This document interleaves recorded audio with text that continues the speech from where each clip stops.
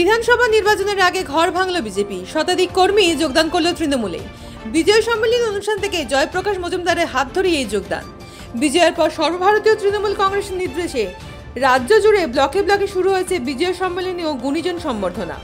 নদিয়া দক্ষিণ সাংগঠনিক জেলার অন্তর্গত হাঁসখালী বাগুলা তৃণমূলের উদ্যোগে হাঁসখালী বাগুলা গুরুচাঁদ ভবনে সিপিএম এবং বিজেপির প্রায় 150 কর্মী সমর্থক তৃণমূলে যোগ দেন। এদিনে এই বিজয় সম্মেলনে উপস্থিত ছিলেন নদিয়ার রানাঘাট দক্ষিণের জেলা সভাপতি দেবাশিস গাঙ্গুলি, রাজ্য নেতৃত্ব জয়প্রকাশ মজুমদার, যুব সভাপতি মুকুটমণি অধিকারী সহ তৃণমূল কংগ্রেসের নেতৃত্বরা।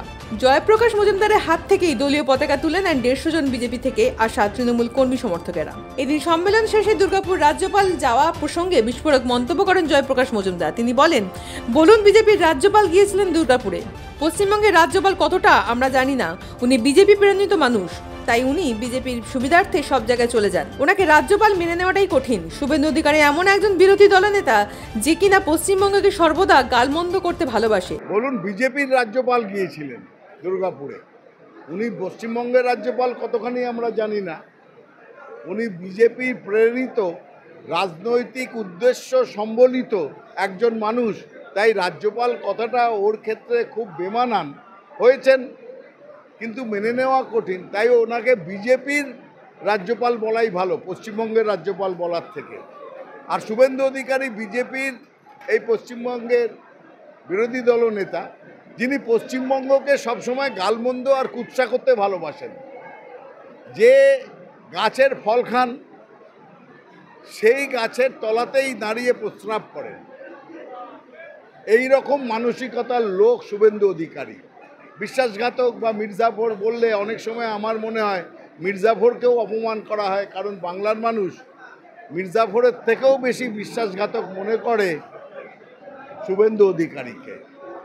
আজকেও সেই একই কথা বলেছেন, ওখানে রাজ্যের পুলিশ নিয়ে উষ্মা প্রকাশ করেছেন, থ্রেট করেছেন, ধমক দিয়েছেন।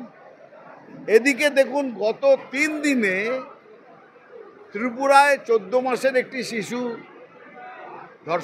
ধর্ষিতা হয়েছেন, মারা গেছে। ইউপিতে উত্তরপ্রদেশে একটি 14 বছরের মেয়েকে ধর্ষণ করে পালিয়ে যাওয়ার সময় কিছু লোকজনকে তারা ধরার চেষ্টা করে, সেটাও সামনে এসছে। জয়পুরে একটি মেয়ে ধর্ষিতা হয়েছে। এবার এই সব জায়গায় যে ঘটনা ঘটছে সেগুলো নিয়ে দেখবেন শুভেন্দু অধিকারী কিছু বলেন না। উড়িষ্যার মেয়েটি কলকাতায় পড়তে এসেছিল, পশ্চিমবঙ্গে পড়তে এসেছিল, সেইটা নিয়ে অনেক বাক্যবাণ দিয়েছেন। কিন্তু উড়িষ্যায় বাংলার লোক গেলে অত্যাচারিত হচ্ছে বাংলা ভাষা বলার জন্যে, সেই নিয়ে কিন্তু কোনো মন্তব্য করেননি। বাংলার অপমানে তার মুখ খোলে না, বাংলাকে অপমান করার জন্যেই তার মুখ খোলে। এটাই হচ্ছে বাংলার আমাদের দুঃখ, যে আমাদের এমন একজন বিরোধী দলনেতা যিনি বাংলাকে ভালোবাসেন না, বাংলার মানুষকে ভালোবাসেন না, বাংলা ভাষাকে ভালোবাসেন না, অথচ বাংলায় রাজনীতি করতে চান।